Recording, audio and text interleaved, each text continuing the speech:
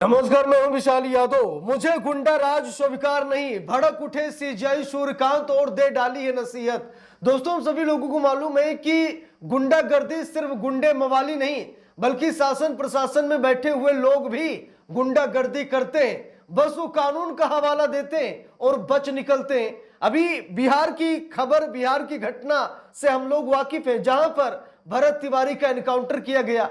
क्या वो गुंडागर्दी नहीं है? क्या शासन प्रशासन की उसमें गुंडागर्दी नहीं है? फेक एनकाउंटर करना, क्या इसे सही जायज ठहराया जा सकता है? अवैध हिरासत में रखना, पुलिस कस्टडी में किसी को मार देना, क्या यह गुंडागर्दी नहीं है?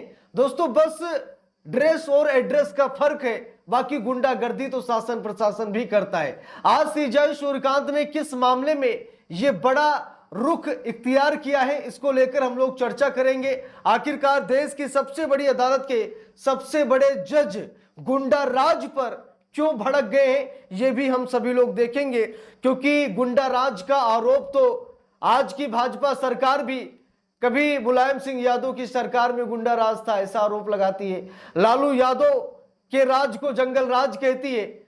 आज जब पुलिस कस्टडी में, पुलिस हिरासत में लोगों की मौत हो रही है, दिन दहाड़े लोगों का एनकाउंटर किया जा रहा है, क्या ये जंगल राज या फिर गुंडा राज नहीं है? देखिए, यहां पर लिखा है, इंडिया टीवी की रिपोर्ट है, लिखा है, हमें गुंडा राज स्वीकार नहीं, जानिए किस मामले को लेकर बोले CGI Suryakant, Delhi high court भेजा मामला। लिखा भी है, सीजीआई सूर्यकांत की पीठ ने सुप्रीम कोर्ट में सुनवाई कर रही थी।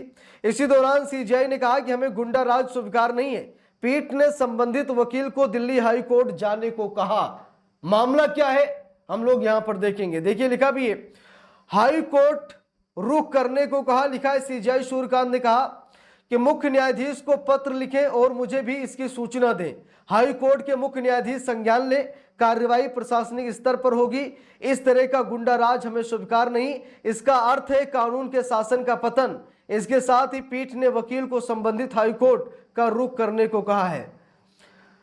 भारत के प्रधान न्यायाधीश सीजीआई सूर्यकांत ने सोमवार को कहा कि उन्हें गुंडा राज स्वीकार नहीं है। उन्होंने 7 फरवरी को राष्ट्रीय राजधानी कि एक जिला अदालत में कोर्ट परिसर के अंदर मारपीट का आरोप लगाने वाले एक वकील को दिल्ली हाई कोर्ट के मुख्य न्यायाधीश से संपर्क करने को कहा। 30 हजारी कोर्ट में वकीलों की पिटाई का मामला है, यानी कि भरी अदालत में वकीलों की पिटाई कर दी गई।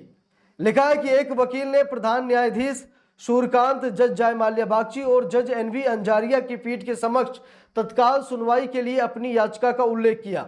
वकील ने कहा कि मैं 30 हजारी कोर्ट में अतिरिक्त जिला न्यायाधीश एडीजे हरजीत सिंह पाल की अदालत में पेश हुआ था। मैं आरोपी की ओर से पेश हुआ था। शिकायतकर्ता के वकील ने कई गुंडों के साथ मिलकर मुझ पर हमला बोल दिया।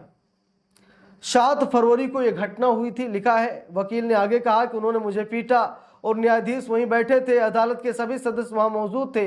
इस पर सीजीआई ने कहा कि यह घटना 7 फरवरी को हुई थी, क्या आपने इसकी सूचना दिल्ली हाई कोर्ट के मुख्य न्यायाधीश को दी? तो दोस्तों, बात यह है कि तो अदालत के अंदर गुंडागर्दी हुई है, अदालत के अंदर मारपीट हुई है, जहां पर एक वकील को पीटा गया। सीजीआई सूर्यकांत ने कहा हमें गुंडा राज बर्दाश्त नहीं है।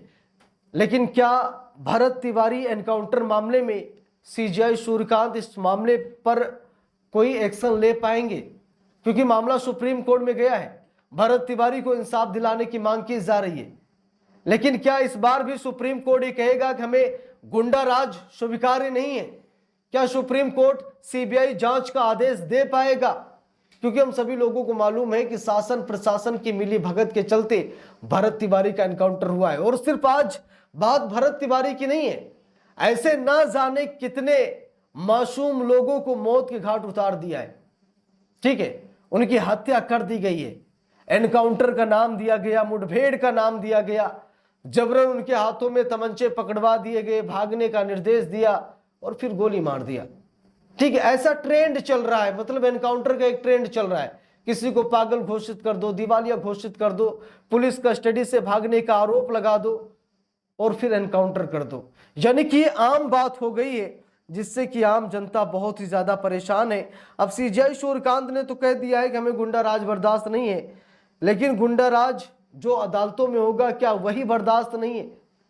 अगर देश की सड़कों पर गुंडा राज हो रहा है, शासन प्रशासन खुद गुंडई पर उतर आया है, तो क्या इस पर सुप्रीम कोर्ट कोई एक्शन ले पाएगा? अब मामला दिलचस्प है। अब देखना यह है कि सुप्रीम कोर्ट इस मामले को कहां तक ले जाता है। भरत तिवारी एनकाउंटर मामले में सुप्रीम कोर्ट में याचिका दायर कर दी गई है। सुप्रीम कोर्ट ने फिलहाल तत्काल सुनवाई से इनकार कर दिया है कि हम तत्काल सुनवाई नहीं कर पाएंगे, पहले मामला रजिस्ट्री के पास ले जाइए, रजिस्ट्री जब इस मामले को लिस्टिंग करेगी तभी सुनवाई होगी, हम तत्काल सुनवाई नहीं कर सकते। अब मामला इतना पेचीदा है कि तत्काल सुनवाई का भी लोग इंतजार नहीं कर पा रहे। तो जो कानूनी प्रक्रिया है इसके तहत लोगों को बड़ी अड़चनें भी पैदा हो सकती हैं, सरकार दबाव भी डाल सकती है। ठीक है, तो गुंडागर्दी आम बात हो गई है और गुंडागर्दी सिर्फ गुंडे मवाली चोर उचक्के ही नहीं बल्कि शासन प्रशासन में बैठे हुए लोग कर रहे हैं। और ये हर एक राज्य का मामला है, ये पूरे देश में ऐसी चीजें व्याप्त हैं कि कोई सरकार के खिलाफ बोल रहा है एनकाउंटर कर दो, कोई ऐसा कर रहा है अवैध हिरासत में रखो। ठीक है, ये ट्रेंड चल रहा है। और कुछ ऐसे राज्य हैं जहां पर ये ज्यादा हो रहा है और डबल इंजन की सरकार में तो बहुत ही ज्यादा है, इसमें कोई कहने वाली बात नहीं है, क्योंकि वो सोचते हैं कि राज्य हम संभाल लेंगे और केंद्र साहब संभाल लेंगे। ठीक है, इसलिए उनको कोई डर नहीं, कानून का कोई भय नहीं, उनकी जो इच्छा वो लोग करते चले जाते हैं। अब देखना यह है कि सीजेआई सूर्यकांत ने तो बहुत पहले कह दिया था कि हमें गुंडा राज स्वीकार नहीं है, लेकिन देखते हैं कि इस बयान पर सीजेआई सूर्यकांत कितना खरे उतरते हैं।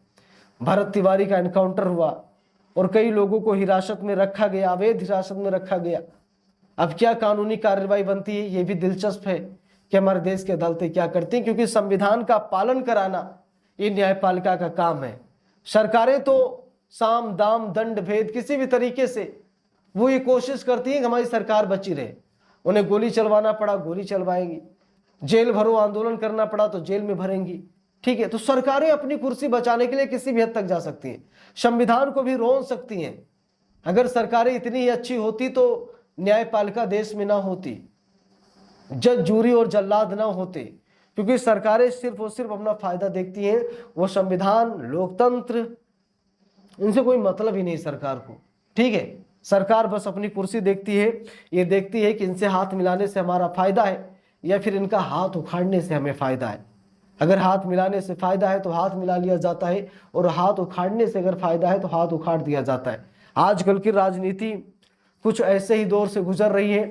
ठीक है, जो कि कहीं ना कहीं कानून के शासन का पूरी तरीके से मजाक है। कानून के शासन को खत्म करने की एक मुहिम चल रही है, मनमानी और तानाशाही का राज स्थापित किया जा रहा है। तो सीजेआई सूर्यकांत की इस टिप्पणी पर आप सभी लोगों को क्या लगता है कि सीजेआई सूर्यकांत सरकार पर नकेल कस पाएंगे या फिर नहीं? कमेंट करके जरूर बताइएगा। वीडियो को लाइक शेयर, अगर चैनल पर नए हैं सब्सक्राइब करके सपोर्ट कीजिएगा। मिलते हैं दूसरी वीडियो में, तब तक के लिए बहुत बहुत धन्यवाद।